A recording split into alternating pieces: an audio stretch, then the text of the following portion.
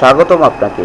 সব রকমের আপডেট এবং লেটেস্ট নিউজ পেতে অবশ্যই চ্যানেলটিতে সাবস্ক্রাইব করুন। ধন্যবাদ।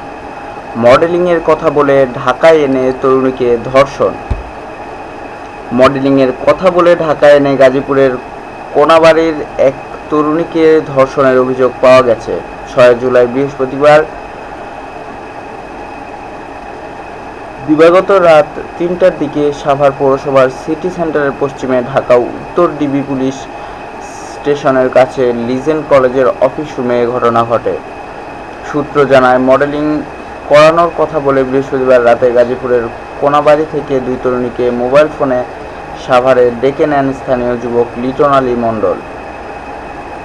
পরে দুই তরুণীকে লিজেন্ড কলেজের অফিস রুমে নিয়ে এক তরুণীকে আটকে রেখে অপর তরুণীকে ধারালো ছুরির মুখে জিম্মি করে রাতভর ধর্ষণ করে ওই যুবক।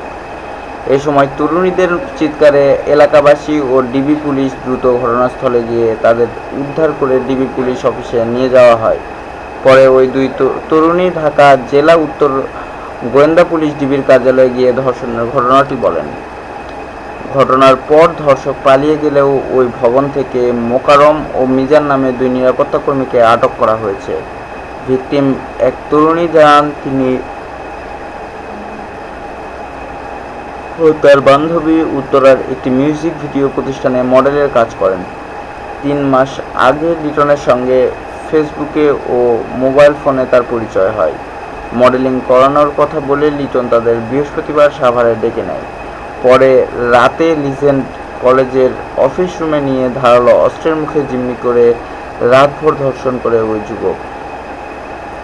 এদিকে এ ঘটনার পর থেকে ওই 6তলা ভবনের মালিক কবির ও ধর্ষক লিটন পলাতক রয়েছে।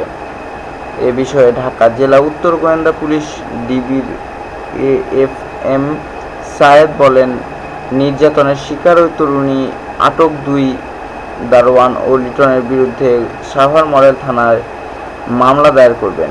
ভিকটিমের স্বাস্থ্য পরীক্ষার জন্য ঢাকা মেডিকেল কলেজ হাসপাতালের ওয়ান স্টপ ক্রাইসিস সেন্টারে পাঠানো হবে বলেও জানান তিনি। ধন্যবাদ ভিডিওটি দেখার জন্য। আরও আপডেট পেতে চ্যানেলটিতে সাবস্ক্রাইব করুন।